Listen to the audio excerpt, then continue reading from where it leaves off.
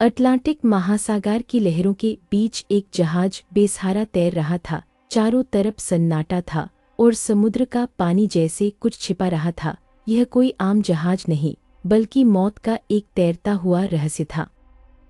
मेज पर खाना अभी भी रखा था, मानो कोई अभी-अभी उठकर गया हो। सब कुछ था, बस इंसान गायब थे। यह सन्नाटा किसी बड़े अनर्थ की दास्तान बयां कर रहा था। नवंबर 1872, न्यूयॉर्क का बंदरगाह मैरी सेलेस्टे नाम का यह जहाज इटली के लिए अपनी आखिरी यात्रा पर निकलने को तैयार था। कप्तान बेंजामिन ब्रिग्स एक अनुभवी और धर्मप्राय इंसान थे। वे अपने जहाज़ों और क्रू के लिए पूरी जिम्मेदारी के साथ जाने जाते थे।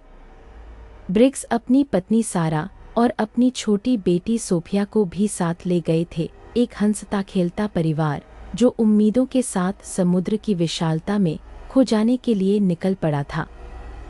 जहाज के पेट में 1700 बैरल ज्वलनशील अल्कोहल भरा था। यह एक व्यापारिक मिशन था जिसे सुरक्षित इटली पहुंचना था।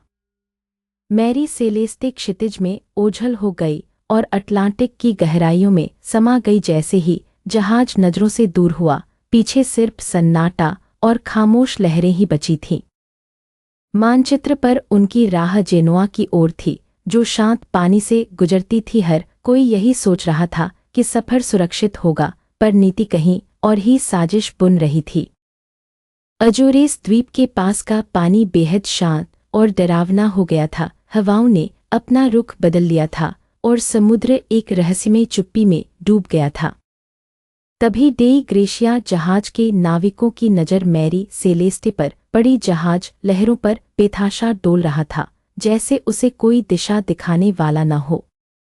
डेई ग्रेशिया के नाविकों ने चिल्लाकर पुकारा, लेकिन कोई जवाब नहीं मिला। उस विशाल जहाज पर सिर्फ सन्नाटे का पहरा था। बोर्डिंग पार्टी ने धीरे धीरे डेक पर कदम रखा। वहां कोई नहीं था। जहाज बिल्कुल सही स्थिति में था, लेकिन